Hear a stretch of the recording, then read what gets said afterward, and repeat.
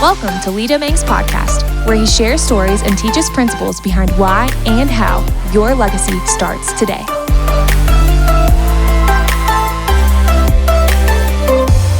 Hey, and welcome to Legacy Starts Today, where we are living life on purpose, with a purpose, and where your legacy starts today. I'm Lee Domingue, and I'm so excited to have my amazing bride. She doesn't get to do this much, and she's out, changing the world and from home, and kind of keeps me out the ditch. And but anytime we can have my bride Laura on the program, it's just a blessing. So, honey, thank you for joining. I'm so excited. I'm so excited to be here. It's going to be, we're gonna have a great session. This episode, we've got some dear friends all the way from, I think it's like the number one place to live in the country, like the last 25 years, but Charleston, South Carolina.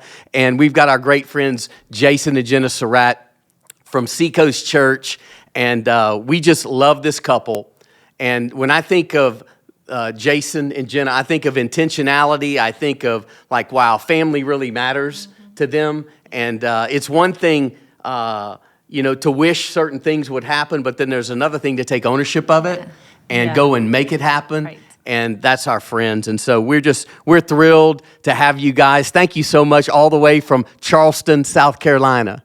Well, thank you for having us. It's an honor to be here. And we are the number one city in the world. So come on, everybody. Come see us. We'll host you. Give you some good food. Jenna, keep him grounded. Keep him grounded over there. Yeah. Well, we're just honored that you would be with us. And, for the listeners, Jason actually has been a part of Seacoast Church since the very beginning. It's like 1988. You must have been like 2 or maybe 1. And but you helped actually and been very strategic in helping grow to now what's more than 12 campuses. Yeah, and 13, planning our 14th soon. Wow, that's amazing. And I know your heart, though. You've got a tremendous heart for global missions. Mm-hmm. And you have led the missions effort and really have expanded it quite a bit over your tenure in serving over all global missions, or all things global missions as well, and leading stewardship ministry. And then kind of this next season, I know your brother, your dad turned the church over. Your brother's now the lead pastor. And, that in itself, that's a big task. And you've been really a pillar to make sure that that's smooth, and have been so supportive in moving into the next season of ministry as well. And then, Jenna, you head up the sisterhood ministry, and that's women's ministry? Yes. Awesome. And I can firsthand guarantee all of our listeners, when she's passionate about marriage, she's passionate about family, and she's passionate about ministry. And then together you guys have 4 kids, and we'll get in that here in a second. But so Jason and Jenna, welcome, and thanks for taking the time to chat with us. Thank you all so much for having us. It's such an honor to be with you. We look up to you guys and are so grateful for the way that you have led us. Mm-hmm. Well, tell us a little bit about your family. How long have y'all been married? And tell us the ages. I want everyone to hear kind of the ages and dynamics of your family. I'll mess it up, so I'm going to refer to Jenna. So, we've been married 17 years, and we have 4 children. Our oldest 3 are girls, and they are 12, 14, and 15. And then our son is 9. Wow. 3 girls in a row. That's amazing. How fun is that? It is so much fun. I feel like I was just talking to them yesterday. We celebrated one of their birthdays, and I feel like they have taken the stigma off the teen years. They are so much fun to be around. We love them so much, and we are loving this season of life. Right. Yeah, it's great. Having 4 boys and then the last girl, brother Jason, they just expensive.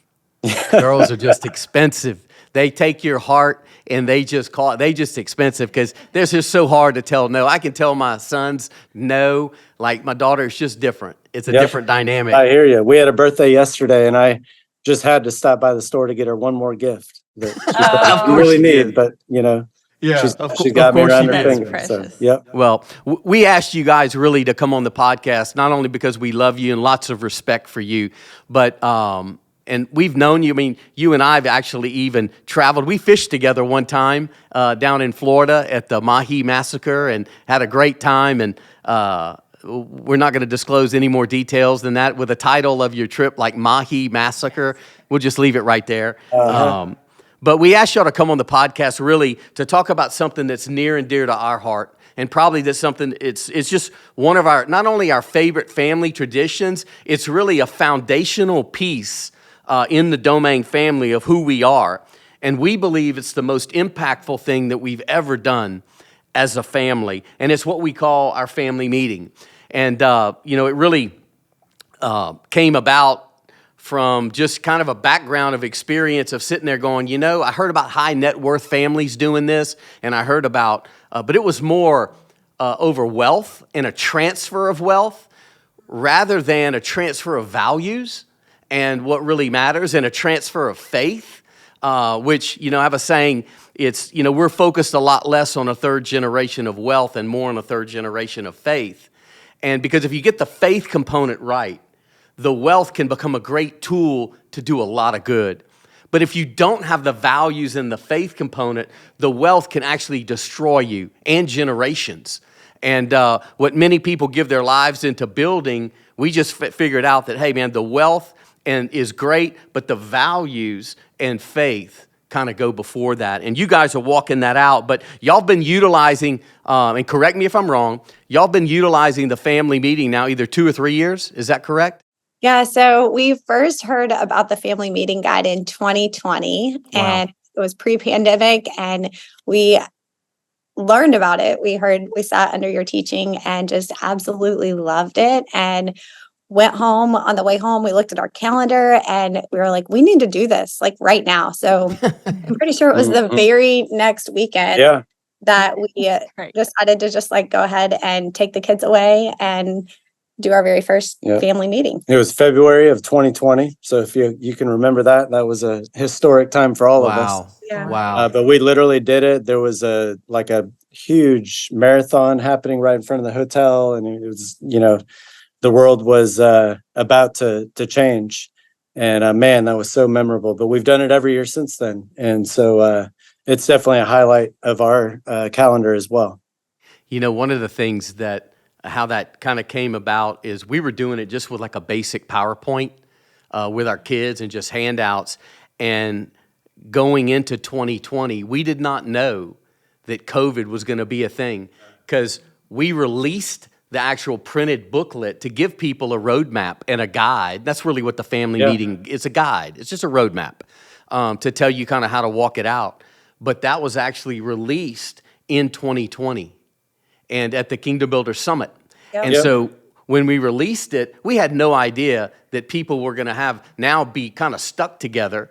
And so some of our families that have actually taken the journey, they're like, thank God you've given us something to do because we're quarantined for a while. Right. I think the value in it is just setting aside the time where this is what we're focused on. This is when we're going to set these values. We're going to discover our values together. We're going to set them. We're going to set all of what we believe in it, but it's like we're focused on just that during this time, during this few hours. And you have to turn as you guys know, you have to turn everything off. There's so many distractions that are trying to compete for everyone's time and focus. And but it really at the very core. One day I was had owned this company, and we would do these team meetings, and you'd get your whole staff in from all over the place, and people would invest hundreds of thousands of dollars in developing their teams. Yeah. And so we're sitting there going, one day it hit me, I'm sitting there looking at my team and pouring into them, and we're having this huge team day, and I'm like, I'm pouring all this effort, all this money into my work team, and I need to do that. How about what am I doing for my home team? Like, what am I doing? Like, we're setting vision, mission, and values for our business, but it didn't hit me until it's like 2017, 2016. It's like, no, I need to be doing this for our family. So I huddled up with Laura, and we were talking about it. It's like, high net worth families do this, but it's more about wealth and all that stuff. I said, let's create a journey where we can take our family on this journey of collaboration, not dictation. Because your kids are gonna think, oh, you're gonna bring me somewhere and we're gonna meet and talk about family stuff. Like, are we in trouble? Yeah, are we? Yeah, are we in trouble? And that's not the case. But you have to sit there and it needs to be almost like collaboration, because they're expecting you to dictate, but the true buy-in comes from when you collaborate. And I never forget this. It was like the first moment that we first did it, and it was awkward. And we're sitting there kind of fumbling through this, not knowing what we're doing, and I'm sweating. I mean, I'm like sweating. I was like, this is my kids and my wife. I said, this is horrible. This is going to be just I'm just going to bomb on this thing. And I never forget. For those of you listening that, you're a believer in Jesus, I'm telling you, man, God didn't speak to me, but boy, he impressed upon me that you don't want compliant kids. You want kids that have had a heart change and making decisions on what they truly believe, because compliant kids will last until they leave your house. Yeah. Then they're not going to be compliant anymore. And so if you'll instill in them and allow them to be part of the process of building it, then they have buy-in and they're a part of it. And so it was hard for my nature. My nature's dictation. My nature is, we're going to do this, take the hill. You're going to do it this way. It's kind of like right now I'm talking more than she's talking. And she goes, all right. She goes, when we were planning this, she goes, you just get off on a rabbit hole and you start talking. I got something to say. And I said, and she does have something to say. But we were navigating it, and it's like, we want collaboration. Yeah. And we could see something happen. So we were trying to take our kids from, like, we want to be unity, to oneness. We want to just have this unified, we're Team Domingue. Yeah, that's great. But man, we want oneness, because unity is the process. Oneness is the product. Unity is just journey. You can have unity and not have oneness. But we always believed that if it was God first, our family second, and our mission or vocation third, that it was no. It's God first, family first, and our mission and vocation first, because they're all tied together. Yeah. And we've seen that in you guys, but that was some of our journey in the family meeting coming about. But why don't you tell us a little bit about why you decided to try the family meeting and some of your experience in that journey? Yeah. So, I think like you alluded to, I think we were at that meeting in 2020 when you all did a session on it, and we were like, man, that's amazing. We've got to do that. So we had started, I think, a year or two before, doing the one word deal, where we had one word for our lives for the year. And, instead of setting a bunch of goals, we had one word. And so we started doing it with the kids. So this tied in just, perfectly with it. And so we came back that next weekend, and the week the world shut down, we did this at a hotel, kind of on a budget. We didn't do anything real high and fancy, but we did it at a hotel I'm sure I found on sale. And and then That's great. Yep. Yeah, it doesn't have to be. That's where some people get stuck. Yeah. Is they think, I can't afford to do this. Man, just go get away. Go to a park. Yeah. It doesn't have to cost a lot. The gold is in the relational connection. Yep. And if you got a place to go to the beach or the lake, that's a bonus, and that's amazing. Right. But the value is your kids are going to be, at first, of course, depending on their ages, if they're teenagers, they may act like they're not that into it, or like, whatever, mom and dad will do it. But they love that you've invested that time in them, undistracted, wherever you are. So yeah, it's great. Yeah. So same thing when we first did it, we didn't know what we were doing. And how old were the kids? So our young Kingston was 6, and we did the whole deal. Like, we gave them the questions in advance, and we had them prepare. They probably had like 4 or 5 days to prep, because it was such a last minute decision to do it. But I'm so glad we did, because I don't know that we would have been able to actually get out of town after that point. Yeah. But I think one of my favorite things about that first one was just they all had their own little file folders with their questions, and we sat around a meeting table in the hotel, and everybody shared. And some of the things, for a 6-year-old, it it was different because I mean he's sick, but he still had some like really sweet insight, and we worked together and collaborated and came up with like our first set of family values. And it took a lot of investment and a lot of time to get to that place, but I think, I mean, the return has been just absolutely incredible. And I think probably we would say one of our favorite things about the family meeting guide is like just spending the intentional time, everyone individually spending the time figuring out some like words of life to speak over each other. Do you want to share about that first? Yeah. So the first time we actually did go to a beach, in a hotel on a beach, but I can't remember. It was doesn't matter. Whatever. But so we had a balcony, and I took them outside, and we all were sitting out on the balcony, and one by one, and at their age, again, age appropriate, but Kingston was 6 and Addison was 10 or 11. Yeah. So I had them one by one sit on my lap, and I just spoke words of life into them. Wow. And I mean, I am not super emotional, but I just, got emotional speaking life into them, and to see their eyes and their face light up as I did that. And you guys gave us the guide to do that. And so a lot of fun. I mean, and so I don't know if we had tears, but a lot of laughter, Yeah. So much fun. I mean, we laugh every year we do this. Yeah. We and I have pictures and videos because it's that good that I just want to capture the moment. Yeah. In their faces when we're sharing. I'm sharing with them, Jenna's sharing with them, then they're sharing with us and each other, encouragement and feedback on their word. And so That's so good. Give me one example of you don't even have to name the child, but one example of walk me through that. So you have your daughter, your son on your lap, and you're speaking words of life into them. What are you saying? So I'm affirming, what I'm trying to remember. Just think about Addison. I mean, I'm trying to remember what I said to them. Jenna's got notes. Hey, but you know what? No. You know what's so cool about that? We keep, of course, Jenna has notes. If you knew Jenna, she has notes. Oh, yeah. And we stored every single thing in the cloud. Yeah. For every family meeting. Yeah. Because we would take minutes. Yeah. And it's a version, not like a corporate version, but minutes of what was said, because I could the last, I don't know, we've done 6 or 7, and I couldn't tell you the first 3.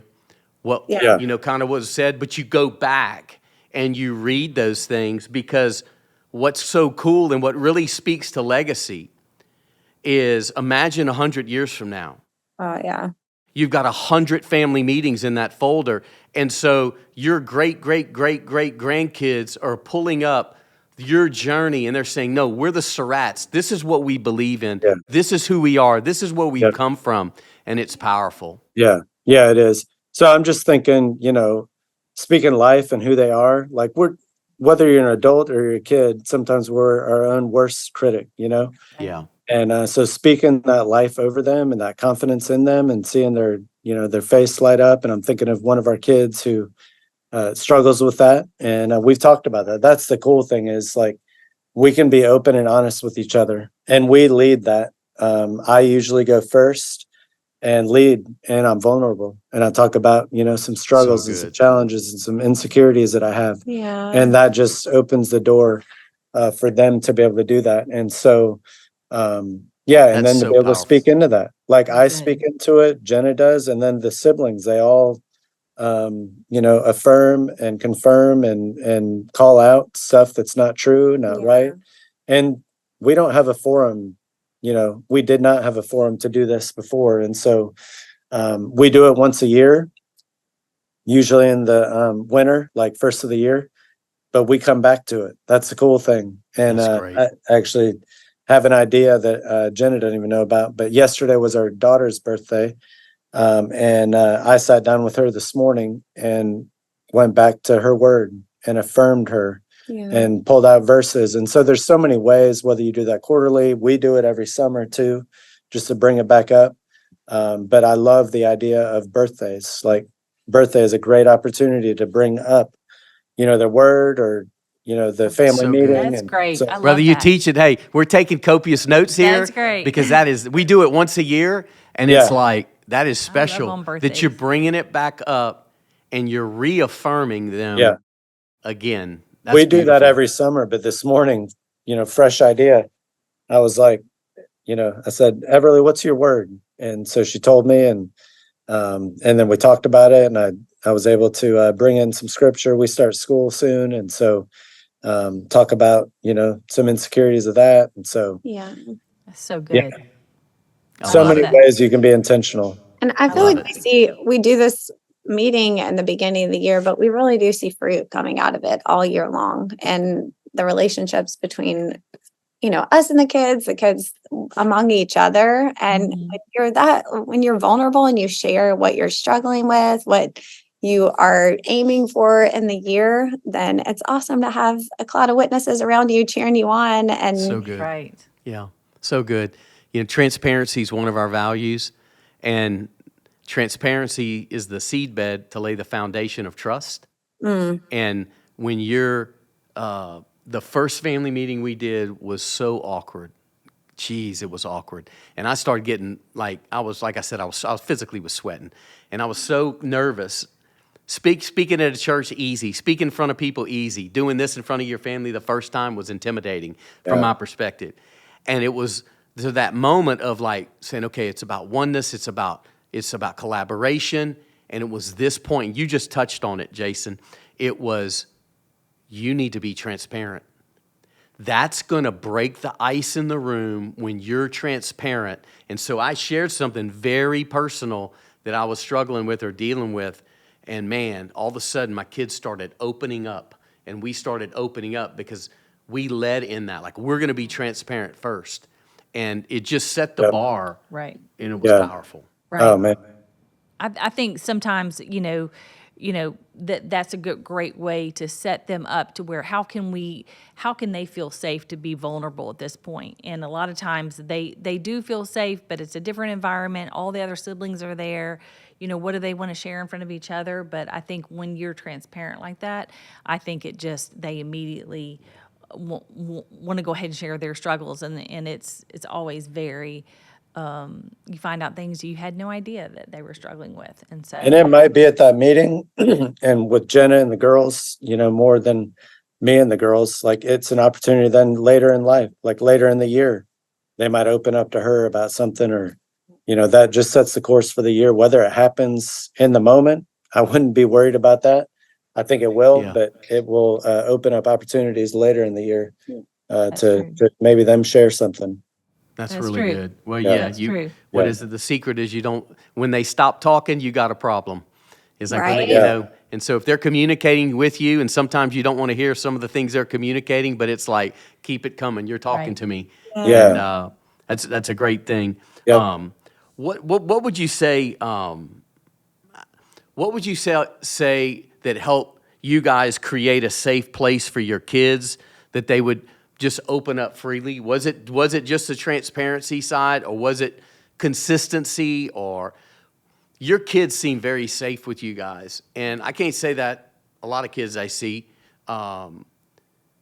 Is there anything that you guys could share that could kind of help our listeners, because that is a big hurdle to cross?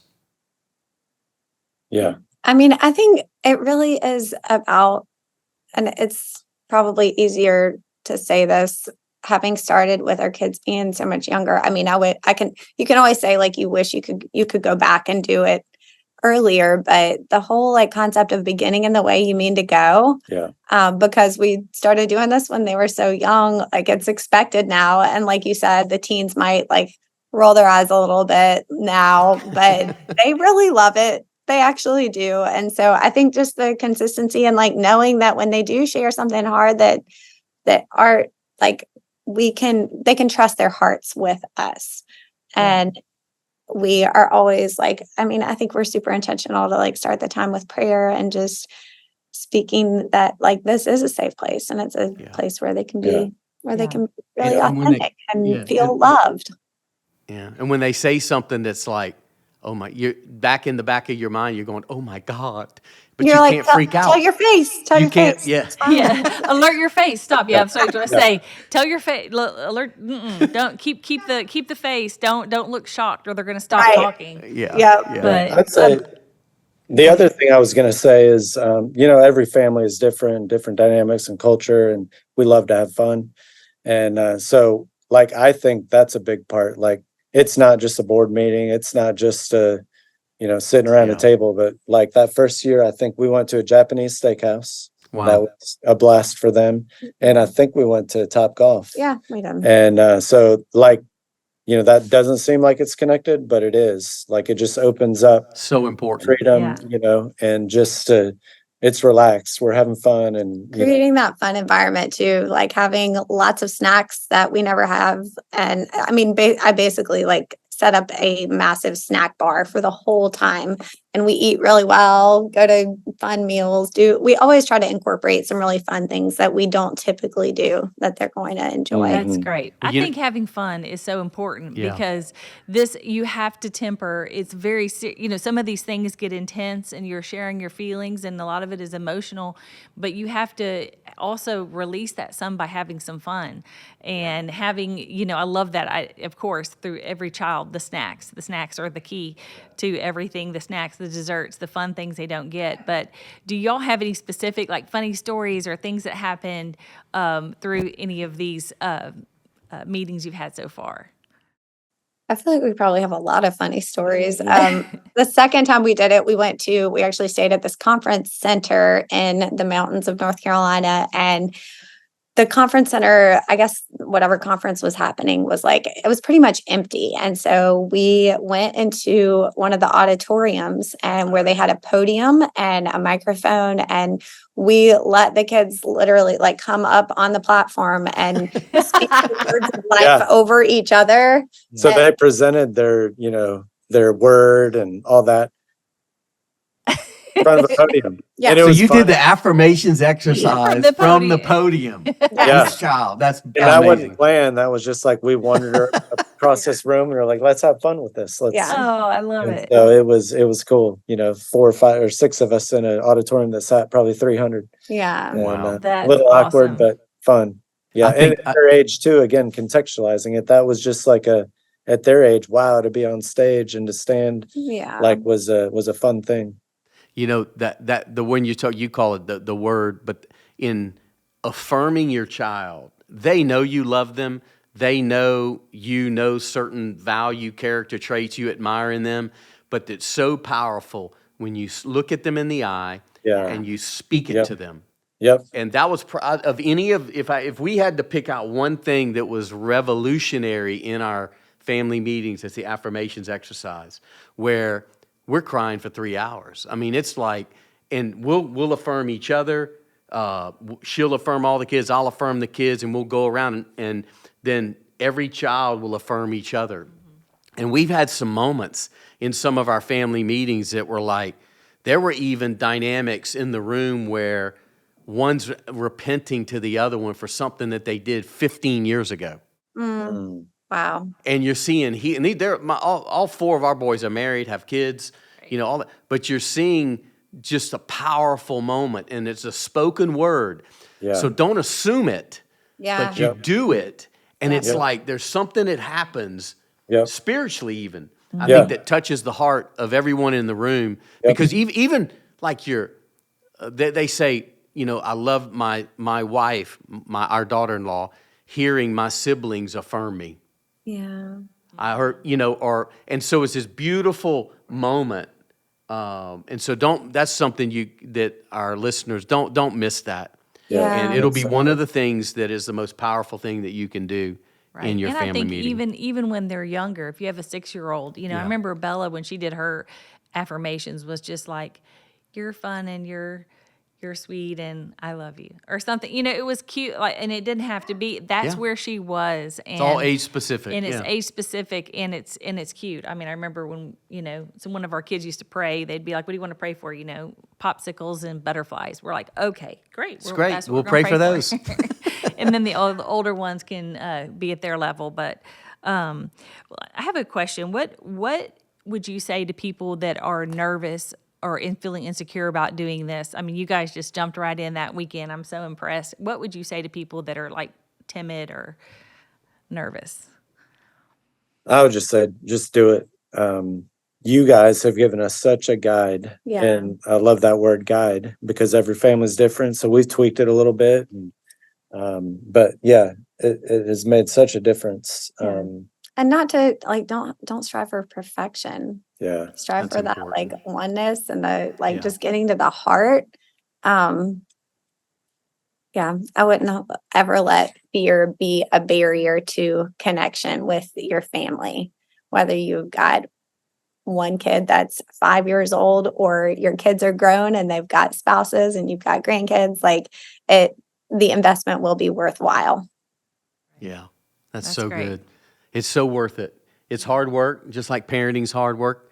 And I would just encourage all of our listeners too. It doesn't matter where you're at in life. Doesn't matter the ages of your kids, or if your kids are grown and half of them, you have maybe better relationships than the other and the other half won't come. And I always felt, go have them at great places that are a lot of fun and provoke the ones not coming to jealousy, because those other siblings will tell them, you missed out on the most amazing time. Yeah. But the key is what you just said, both of you, is don't fear it, but just do it. And let it evolve and become your own. One of the things that we learned, you don't know this, and I haven't announced it yet. We haven't announced it yet, but we have done a massive version 2 of the family meeting guide that's going to be coming out. And what it does is it leads people through the journey, but also customizing a journey that fits for them. yeah, Yeah. And then Yeah. create your own guide, create your own, because you're doing that already, right? You're doing it where you're creating this journey, but you're taking notes and you're saying, we're doing this or we did this. And it becomes very unique to the Surratt family. Yeah. Right. And so we got a bunch of great feedback from families, and it helped us, but that's going to be coming out soon. We're excited about that. That's so good. And I'd say too, the last thing is just take the next step. And we were one step ahead of them, especially the first time. I mean, we read Yeah. ahead, like not for days and days and studied, but we were just one step ahead. And so we just took the next step. And then if something looked like it fit our family, we did it. If it didn't, we contextualized it to the age they were. And I promise you, it's going to pay off. It's amazing. Well, thank you guys so much for joining us and sitting down with us, giving us your time. Your kids, you had you were before the podcast. You said, "Hey," you text me. You go, "Hey, man, we're coming in hot. We got a parent teacher conference that we had, but it was a good one, right?" Yeah. It was great. Yeah, man. Hey, and let me tell you, I'm walking out of that with another family in the room, and she didn't know I was coming over to this, and she said, "Hey, y'all gave us that family guide book, and we did a vacation in Europe this summer." Oh, wow. And we did it. Yeah. And they're both high level. I mean, it doesn't matter if you're high level or not, but I think it's even more important. They're both CEO level and just have a Wow. hard time stopping. And she said that was so good for our family. It helped reset our mind frame and values. And so good. Great tool. Great tool for anyone.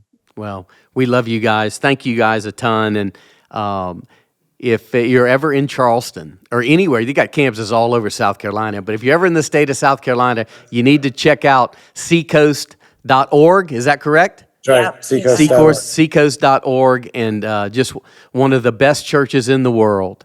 And we're just so grateful for you and the legacy that you guys are leaving, because you really are living that life to where it's each and every day you're making a difference. And so I want to thank you to all of our listeners as well for joining us on the Legacy Starts Today podcast. If you want to follow us on any social media, you can go to kingdombuilders.us as well. We're all on socials. And if you'd like more information about the family meeting guide and watch for the version 2 that's going to be coming out, is you can find that all out on Amazon and also kingdombuilders.us. I want to encourage you, there's no perfect family. There's no perfect family. We all have issues. We're all a work in progress. And so we don't proclaim to be perfect in any way, but we are going to be intentional And so if we could encourage you with anything, is the time you invest into your family, it's worth it. And you can change the course of trajectory no matter where you've come from. You can change the course of trajectory with intentionality by taking your family on this journey. And we've given you a roadmap. You just simply need to do it. And so we pray God's blessing over your family. Thank you for listening. And take that step today. And remember, join us next time. But your legacy starts today. God bless. To learn more, follow us on social media at kingdombuilders.us. And join us next time for Legacy Starts Today with Lee Domingue.